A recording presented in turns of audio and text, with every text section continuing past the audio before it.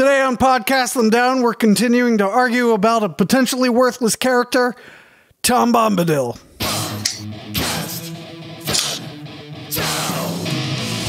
Welcome to Podcast Them Down. I'm Tim Regan from U.S. power metal band Burning Shadows, Fade to Black Metallica tribute, dual violin folk metal band Eisenmore, and recently vacated Graves True Zombie Metal. Be sure to subscribe, like, or follow. And now, on with the show. All right, so we're knee-deep in a discussion about Tom Bombadil, a character from Lord of the Rings who was omitted from the movies, and nerds got all bent out of shape about it. And the BBC radio drama. He was also omitted from that.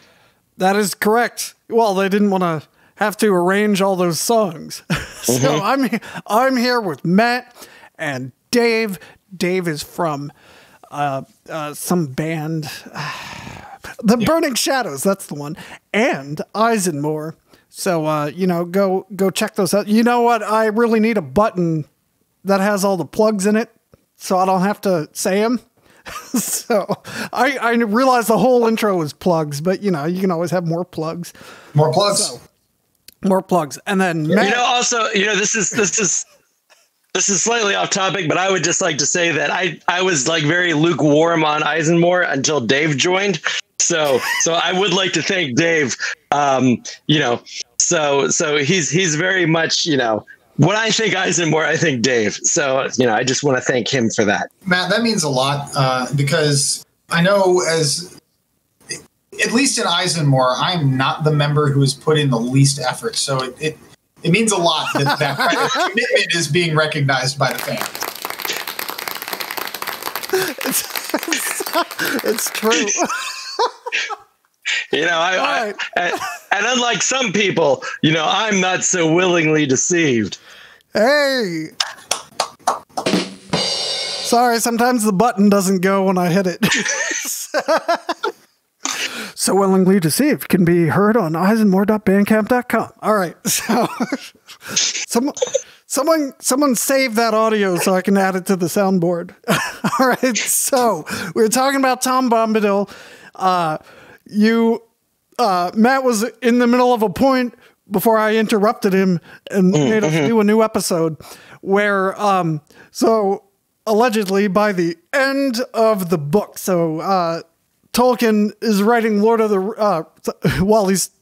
writing Lord of the Rings. He's writing Return of the King, and he is over Tom Bombadil by that point, but for some reason in the book he has to include him again. So right. So I think a lot of Tom Bombadilites, as I'd like to call them, Bombadilians, right? They like to imagine Tom Bombadil has some role to play, like he's bigger than he is. He's not just some like weird creep in the forest with like lukewarm magic. No, he's clearly someone important. But my point is that even Tolkien, who much like Peter Jackson, never misses an opportunity to go on and on and on about teeny tiny minutia. When there's a perfect opportunity to write a whole nother book about Gandalf's chat/sing-alongs with Tom Bombadil, it's just kind of brushed over.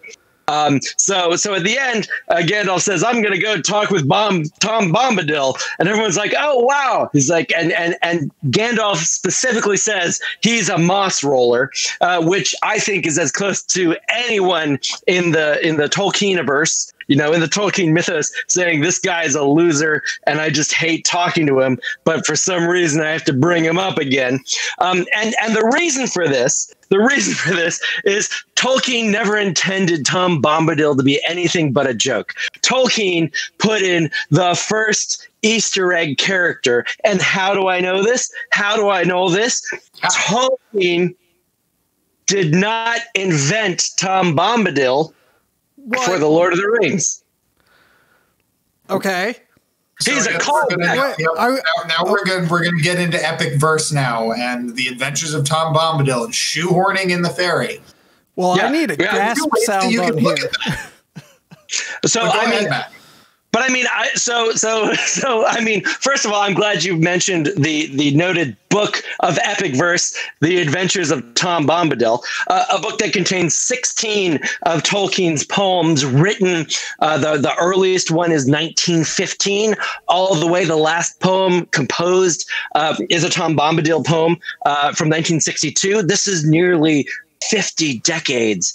No, 5 decades. Sorry, 50 years. 50 decades. Wow. It was very prolific. He's the life of man. He's a very old man from the second age to the third age, in fact.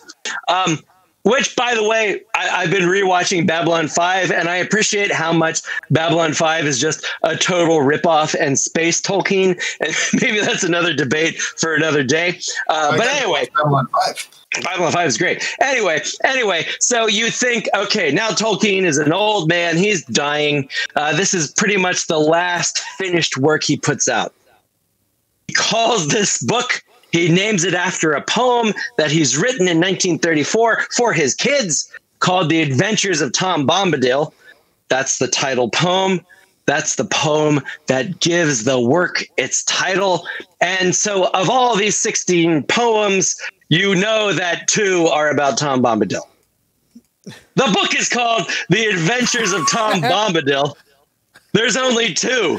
Number 1, poem, The Adventures of Tom Bombadil. Number 2, Bombadil Goes Boating. And then a bunch of poems about fairies and trolls and something. The Man in the Moon, the literal man in the moon, gets more run in The Adventures of Tom Bombadil than Tom Bombadil does. So it's not me, it's Tolkien. And if you have a problem with Tom Bombadil not being important, guess what?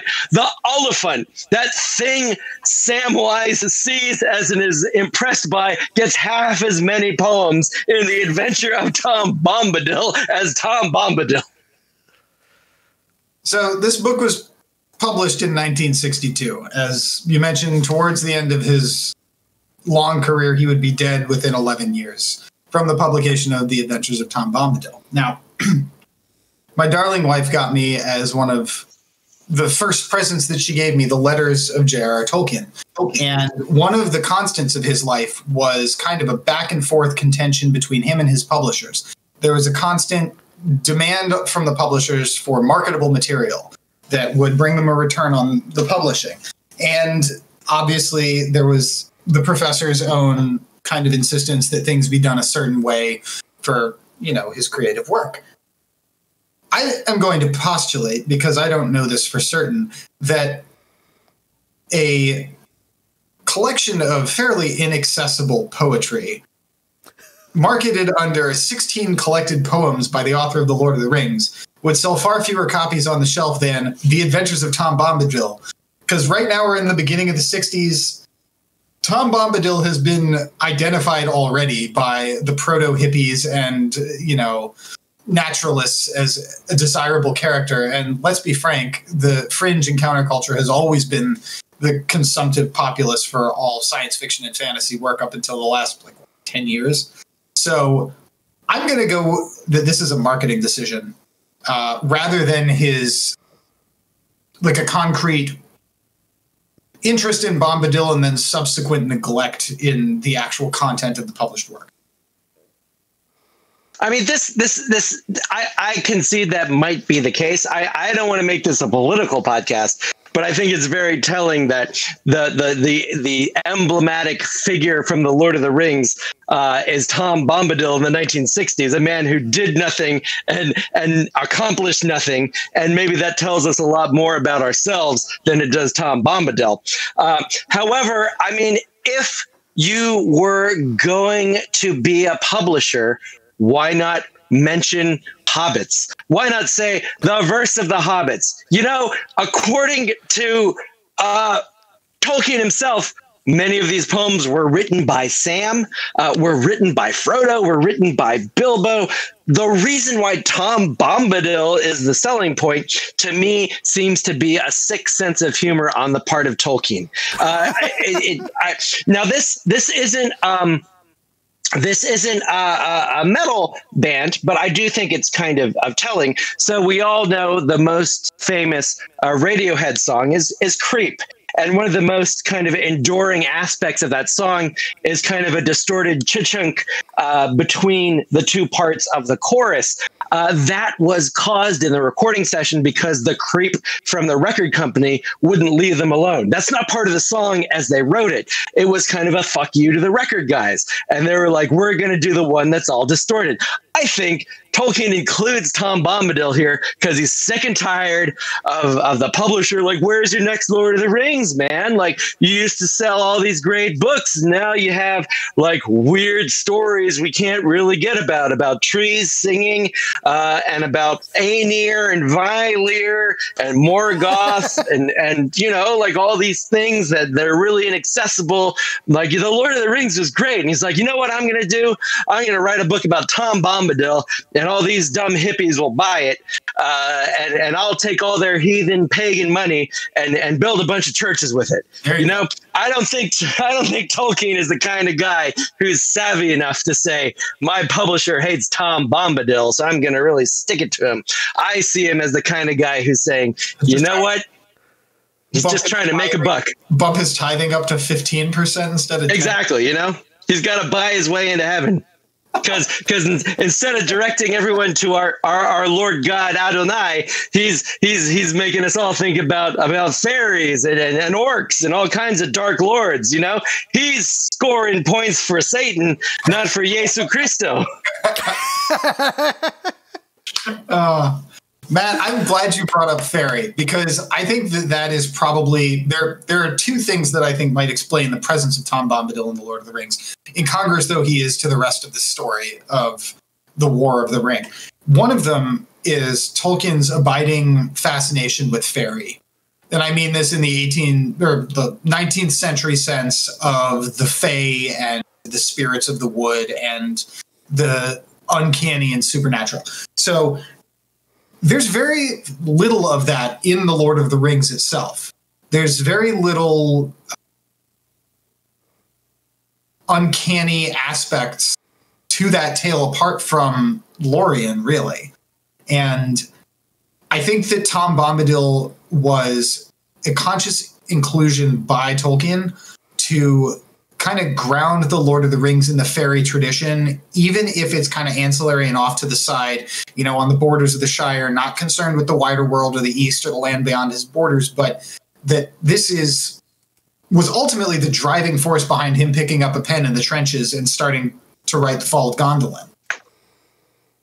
I mean, I will actually concede that. I mean, I think of all the who the heck is Tom Bombadil supposed to be? I'm very much a fan that it's like this allusion to this Finnish creation poem. And it's very much, I think, again, something we often see in fantasy. It's kind of like the author's vanity character. You know, Tom Bombadil is only in The Lord of the Rings because Tolkien wanted him in there. Sure. He's only in The Lord of the Rings. He doesn't have any role in the plot. He doesn't have any role in the narrative. He's only important because Tolkien was like, you know, it'd be cool. I really like this Finnish poem, and it's really like dense and hard to get at linguistically, and it says a lot of crazy things. So I'm just going to throw Tom Bombadil in here and, you know, maybe like pump up a couple pages in the book. But really, this is interesting and important to no one but me. I mean, we see this in George R.R. Martin, who does it much more kind of unabashedly, who makes every fat character, you know, more smart than smart, more, you know, they're hideous, and yet every beautiful woman is just weirdly attracted to them. Like they're clear vanity characters in modern fantasy.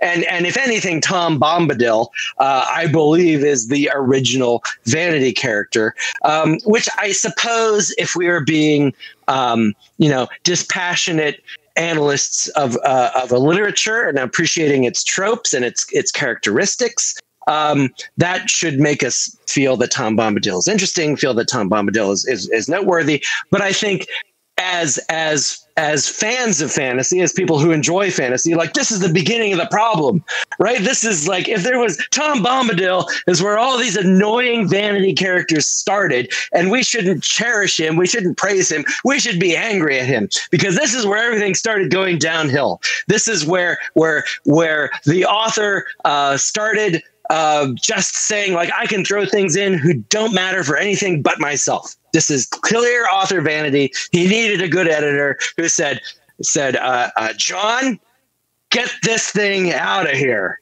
because it doesn't make sense. It doesn't advance the plot. And all it's doing is giving you an opportunity to write really bad, like, couplets.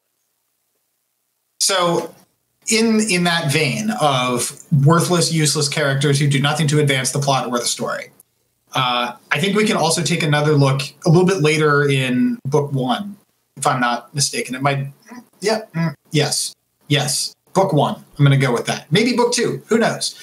When Aragorn is sitting there singing the Lay of Leithian, and Frodo is listening to him sing this eldest song about Beren and Luthien, and that's it. That's all you get. Beren and Luthien. There was a song about them once.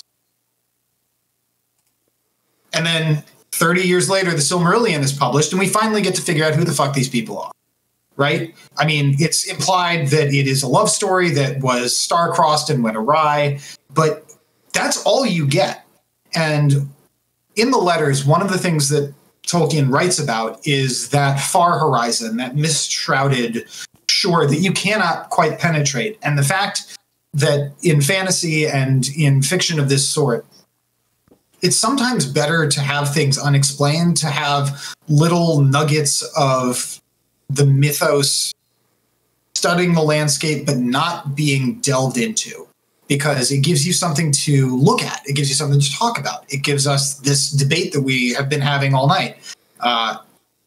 And I think for me, I value Tom Bombadil because it's a question to me of, who is he, and is he significant? Maybe not. Like, we're all just human guys, right? Sometimes when I'm writing songs, there are riffs that don't go in. I'm sure, Tim, you can relate.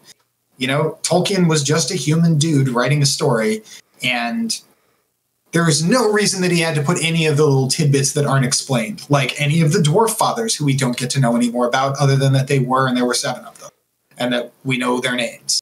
Like, that flavor, that unknown, that greater and broader scope of the world is valuable to me from a fan experience, divorcing that from, like, the criticism, literarily speaking, of the value of fairy and why he wanted to insert it into this. But I think... Go ahead. The whole thing about the ring doesn't affect him. Like, he puts it on and he doesn't go invisible, and he sees Frodo while Frodo has the ring on. That's like, that is frustratingly never explained as far as I can tell. But this is the whole... That frustratingly unexplained thing is what draws us in as fantasy readers to the fantasy, because if everything is explained, then you have nothing left to imagine about. But the Lay of Leithian is actually the exact opposite of Tom Bombadil. This is like pointing to a much richer world. Like, why does he sing this song? Because he's a mortal man in love with the daughter of an elf. It's tapping to this rich culture. Like, this is a problem that Aragorn himself is facing. And he's reaching back into cultural tropes. He's reaching back into songs and epics, and he's reflecting on this. Like, we don't need to know the content. It's amazing. And beautiful, and really a credit to Tolkien's craft that he creates this whole backstory for this weird little song. But it really tells us about Aragorn's character. It really tells us about who he is, what his motivations are. Tom Bombadil does nothing comparable to this. Tom Bombadil... We don't know that about Aragorn until we get a greater significance for the tale of Beren and Luthien, which doesn't happen in The Lord of the Rings. True. But we have this, again, as I was saying in the previous episode, Tolkien is a world builder. Like, he knows what this mythos is. He knows what this song is about, even if we don't. But he probably took a half of an afternoon to scrawl this whole epic story in a note. and probably pissing the publisher off because he's like, no, you don't understand about this song. There's a whole thing about it, right? But Tom Bombadil doesn't serve any of that. He's entirely a red herring. He entirely exists just to eat up time, to give us possibilities that are never realized. It's like Tom Bombadil, why he could hold the ring, and he's so powerful he doesn't give a shit about it, and he would lose it, and poor Goldberry would find it when she's washing the dishes. Why? There's no rich Tom Bombadil mythos, which I think, unlike all these things, we can go to the Silmarillion and we can see where these things work. There are things that are clearly just hints, types and shadows, a really rich world. And then we have Tom Bombadil. And so I think everything you need to know about Tom Bombadil comes from Google. If you type Tom Bombadil into Google, here are the people also ask results. Number 1, is Tom Bombadil a god? Number 2, what is the point of Tom Bombadil? This is the second most popular question. But I think I think we've answered that question. The point of Tom Bombadil is to make people talk.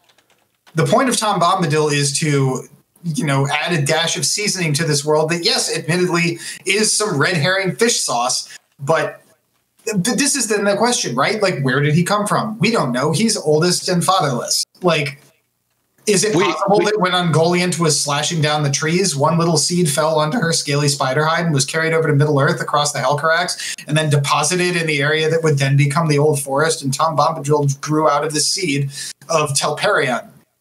We don't know. There's no yay or nay on that. But we actually do know, Dave, and that's the problem.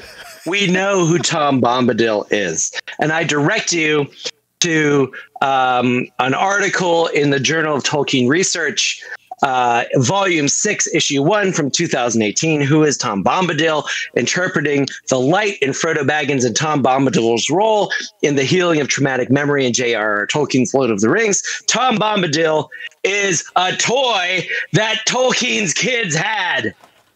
He's a little he's a Dutch doll. He's like one of those figure drawings. He's just a wooden doll. It's entirely author service. He is just a little Easter egg he put in for his fucking kids.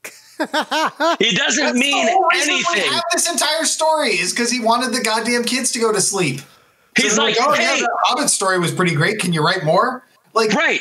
That doesn't bother me that he's an Easter egg put in there for the kids. Like, So his narrative purpose is just to have the kids think, that's cute. Daddy put in our doll in the story. By the way, his kids were 30 at the time. But anyway.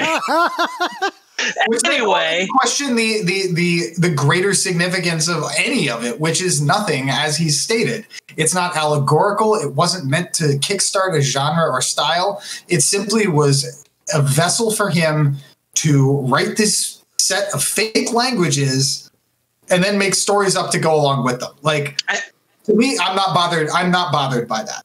But this is why I hate Tom Bombadil to my core. Tolkien built a beautiful world. Tolkien built so many things. Tolkien built a universe that had 4 ages of stuff to talk about. Yeah. But instead of talking about the music of the Ardra or whatever the hell they're called, instead of talking about the age of stars and lamps and all that stuff that was in the Tolkien encyclopedia that I thought looked pretty but never actually read, instead of talking about any of these things, we waste our time on Tom Bombadil, who literally has no point. I would love to watch videos about Melkor. I would love to watch videos about what Radagast was like when he was a floating little light. Why are the wizards those colors? What the heck is that about? Was Sylvester McCoy a good choice for him? I don't know. Here's 40,000 pages of notes that we could go into, right? But instead, we have to spend our good time asking, was Tom Bombadil God or super God? I think he was just the embodiment of the author in the text. I actually don't think that, because there's not nearly enough gardening, but That's what crossed my mind. It would be like if I was writing, a wonderful epic fantasy. And, one day I happened to see a cat crossing my path. And, I said, oh, and also in the middle of the great council, a brown cat jumped by.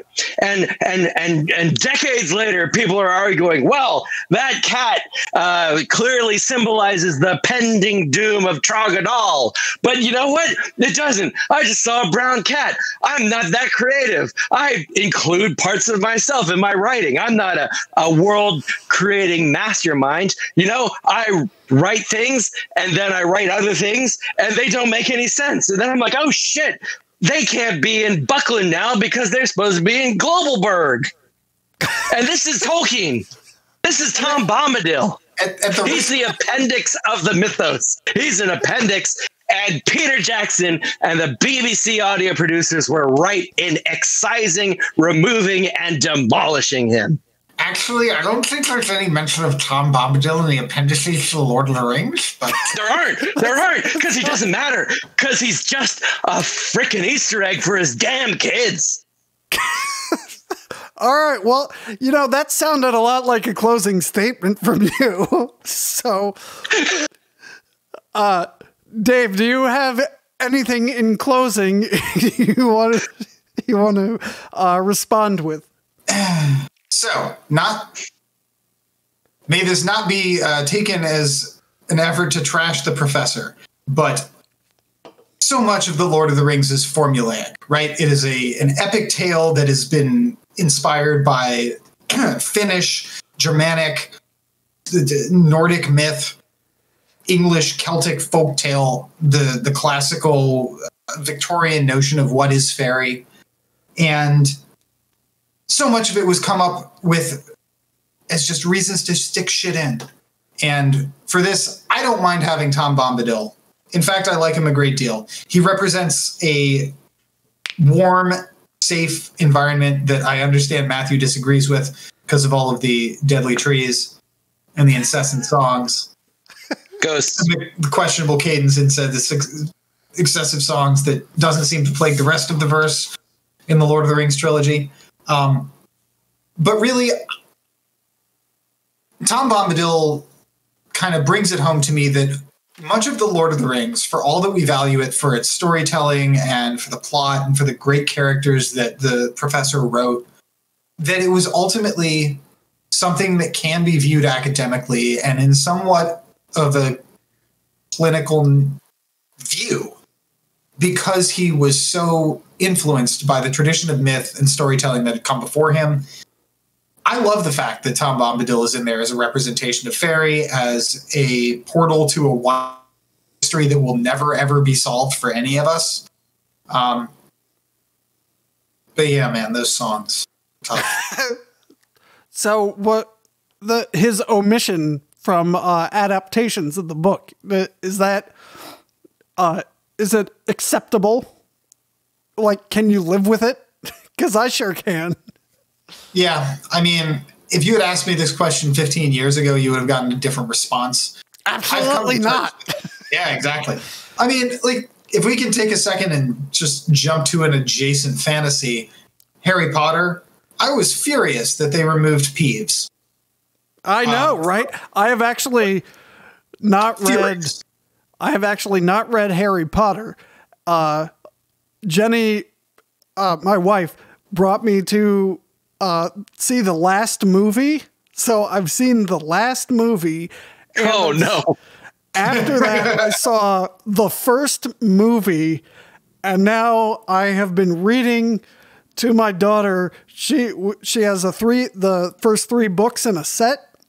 And I was like, let's read Harry Potter. So we are going 2 pages at a time.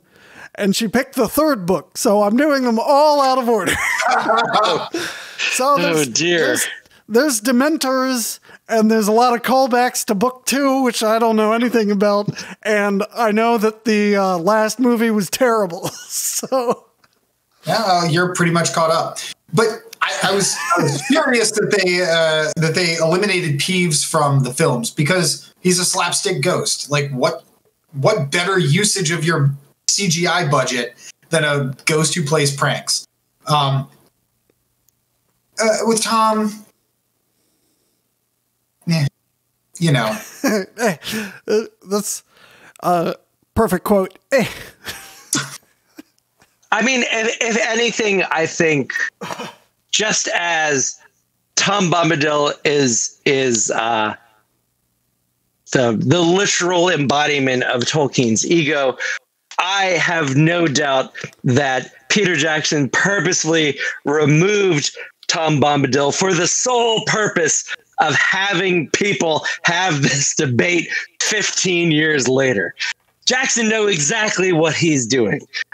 He says, there's no way to put Tom Bombadil in here in an interesting way. How can I cinematically portray the danger and excitement of Merry and Pippin getting stuck in a tree? And instead, he makes a very shrewd point that sometimes, and I frankly think all the time, the absence of Tom Bombadil is just as meaningful as the presence of him. Well, I think that's a good place to stop the debate. Oh yeah, go ahead. Actually, I kind of think in sort of an olive branch to my great friend Dave here, I think we can't leave without all reciting the final Tom Bombadil song.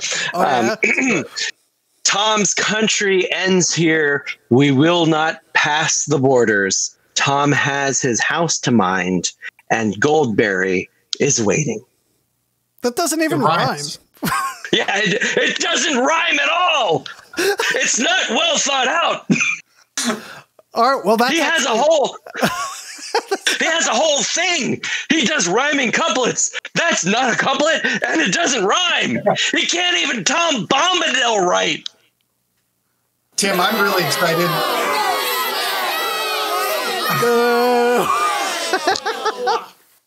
I'm really excited for the song I've been working on. The song of Tom Bombadil. Oh, Shadows. I need a gasp. I don't have a gasp here. I'll add one. Yeah. Again, if you want. So speaking of songs about Tom Bombadil, I was figuring this was a good way to wrap it up. I looked up Bombadil song titles on Metal Archives, and amazingly, there's about a dozen of them. All right. Wait a second. So go on, please. So first, I would like to request that at the next Eisenmore show, we hear the Bombadil medley. Oh, well, that's what Dave's going to write. It is, because it was a joke, but now it's not a joke. No, there's a loophole as well, because given that Eisenmore is an avowedly historically Anglo-Saxon band, that puts the entire works of J.R.R. Tolkien in legitimate consideration. Because historically speaking, he was a professor of Anglo-Saxon. He was. Gawain and the Green Knight, still one of my favorite Tolkien works. You know, I had somebody bitch and whine at me because the Tolkien translation of Beowulf is in prose as opposed to verse. And I know, that's some bullshit. Don't want to advocate violence, but I just want to rock. Yeah. I mean, what you should do is get them to Seamus Haney Beowulf and just slap them across the face with it. You want verse? Here you go. So I think the next debate might be you trying to convince Nick that it's an acceptable subject for Eisenmore. That's gonna be 4 episodes. Prose versus verse Beowulf. We can do that one too. Ooh. All right. So the first. Before we leave, we also have to remember that Beowulf was a CGI movie that featured Angelina Jolie for some reason. So good. It was the most faithful retelling of the poem that I've ever seen. I felt like I was literally in 5th century Denmark. Yeah. All right. Angelina Jolie and all. Bombadil songs on Metal Archives. The first one is Grimdor from the album Bombadil, and the song is Bombadil. So Grimdor is a black metal band from the United States / Germany. So I'm not sure how that works. Wait a second, Tim. 4 of these are the same band in the same album. Yes. So I was just going to skip those. So next, there was a band called Moongate's Guardian from Germany. Russia, Kaliningrad, actually, with the song called Tom Bombadil.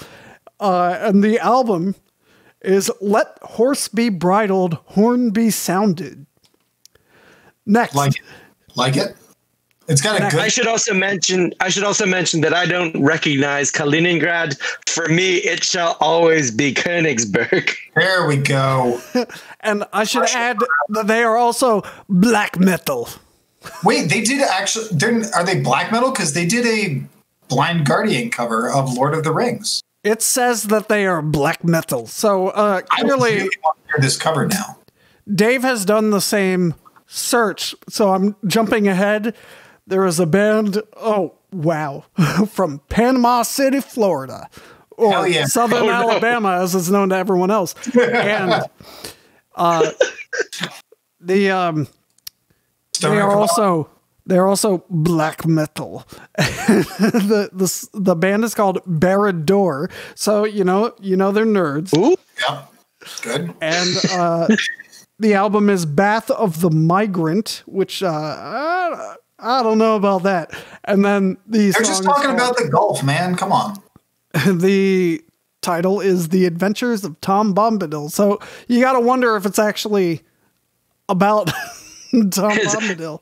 It's mostly about fairies and elephants and things like that. These guys also ripped off A Blaze in the Northern Sky for their... Transylvanian Hunger for their cover. All right, so next, there is a Romanian band called Gattaca, and they play black metal. Gattaca. And it is not in English. The song is In Casa Lui Tom Bombadil. Yes, So- I think that's my favorite. House of Tom Bombadil. Yep. In Casa Louis Tom Bombadil. Yep. So I'm not going to attempt to read the album name. So just look it up. Gattaca, Getica. All right. So from my survey, it appears that Tom Bombadil is very popular among black metal bands, which based on how dumb his songs are, like. I'm not sure if I were in a black metal band, I'd be wanting to praise his songwriting. So, just a few more. There's Sauron. So like Sauron. Yeah, so like Sauron, but with an M. So they are a folk metal band from Spain, and yep, and their song is Tom Bombadil. And, these guys are probably amazing. The album is Sombras del Este. Yeah, all right, good. I'm saving one for the end, and I'm sure you know what it is. If I can go back to that translates to Shadows from the East, or Shadows. Oh, thank you. Or Eastern Shadows, maybe. All right, so this one's interesting. So the song is Tom Bombadil 2012. Oh my! From the band Por Amor al Arte, and it's called the McAllister Project. They're a power/folk metal band from Spain. The weird thing is their lyrical themes, according to Metal Archives, is nature, Tolkien, and jugglers. Yeah. Jugglers. I can tell this from the hat that guy is wearing. He's got this, Scottish golf cap, very plaid. Yeah, that's called Looks something. like a juggler. It's like old white guys wear. Yeah. And I guarantee Tom Bombadil juggles. for those of you who don't know, I've got experience identifying jugglers, and that man is a juggler. David the juggler finder. All right, and then from the album Super Doom, the song Tom Bombadil by the Italian stoner doom metal Stoner Kebab. Oh, that sounds so good. That sounds like that's the place I want to eat after a show. Tim, can you imagine if we were in Germany and we had a spot where we could have gone called Stoner Kebab? Let's go to Stoner Kebab. Steiner Kebab, yeah. Yeah. So I believe this band pays Tom Bombadil the proper amount of respect that he deserves. Wait a second. It's spelled Stunner Kebab. Yeah, with umlauts over the O. So the band's name is a wordplay on Doner Kebab, a Turkish dish made of meat. Yep. All right, so we gotta play with those guys. Everyone out there, what is your opinion? Is Matt full of shit? Is Dave full of shit? Dave. Did I get away with an easy evening because I didn't have to do anything, and I'm already thinking ahead to all the other shows I'm going to do where I don't have to do anything? So, comment and like and subscribe and nuzzle the notification bell, and I don't know. Hit like or plus or smash do all the positive things. And that's right. Gently caress the like button, and we'll see you next time on. Also, before we leave, we should thank them down. Go ahead. We should thank the authors of the various Tom Bombadil Wikipedia pages, because I don't think any of us would be able to do anything if those didn't exist. Yeah, and thanks to the Nerd of the Rings for preparing me for this debate. I did read the books. Yeah. Years and years ago, and I also went back and refreshed because I didn't want to be made a fool of. But most of my prep was YouTube. Yeah, I would also like to thank. Go ahead. I'd also like to thank the estate of J.R.R. Tolkien for the $4 I gave them for the useless Kindle copy of The Adventures of Tom Bombadil that I bought somewhat drunkenly last night in preparing for this episode. Well, you might still be able to get a refund on that. This Oliphant poem is pretty good. So, I was going to say, the Nerd of the Rings guy, I really hope he hears these episodes so he can, realize what exactly he's done. The damage he's done. That's right. It's all your fault, Nerd of the Rings. All right. Thanks for joining us. Before we go, I'd like to thank Matthew, my esteemed debate partner. I haven't seen you in months and/or years. And I want to thank you. I want to interact more when he tries to end the show. I can't wait till we have another argument. Yeah, I've been trying to end for like 5 minutes, but it's like an Oscar speech. Keep going. We've been watching Discovery here at home. So if you want to talk about that, if you want to talk about if you want to debate the best Star Trek movie. I feel like the Star Trek ones are, that's going to be an ongoing series. Delving off brand. Yes. Well, I'd like to loosely tie it into metal somehow, but I mean, black metal bands will write about anything, as we have learned from Tom Bombadil. So I'm sure somewhere someone's written, besides Gamma Ray, someone's written metal songs about Star Trek. So. All right. I know you're searching right now, but this is a good time for me to play the outro music, but Matt's going to say controversially, just to give everyone a tidbit, I would like to submit that my favorite Star Trek movie has the same title as my favorite Iron Maiden album. First Contact by Iron Maiden. That's if Doug was here, he'd find that hilarious. It's Star Trek 9, I know. Oh, you know what? We got to get Doug in here too. Yeah, we got to get Doug in here. Yeah. Oh, I'm not debating. This is a serious topic. All right. Thanks for. Can I really end it now? Yeah. Are you sure? Because I'm about to hit it and you can't say anything. Until next time, I'm Tim Bimbadil. Thanks for listening. Thanks for listening to Podcast Them Down. You can find Burning Shadows, Eisenmore, and recently vacated graves on Bandcamp, as well as Facebook, along with Fade to Black Metallica Tribute and Podcast Them Down itself. Until next time, keep it metal.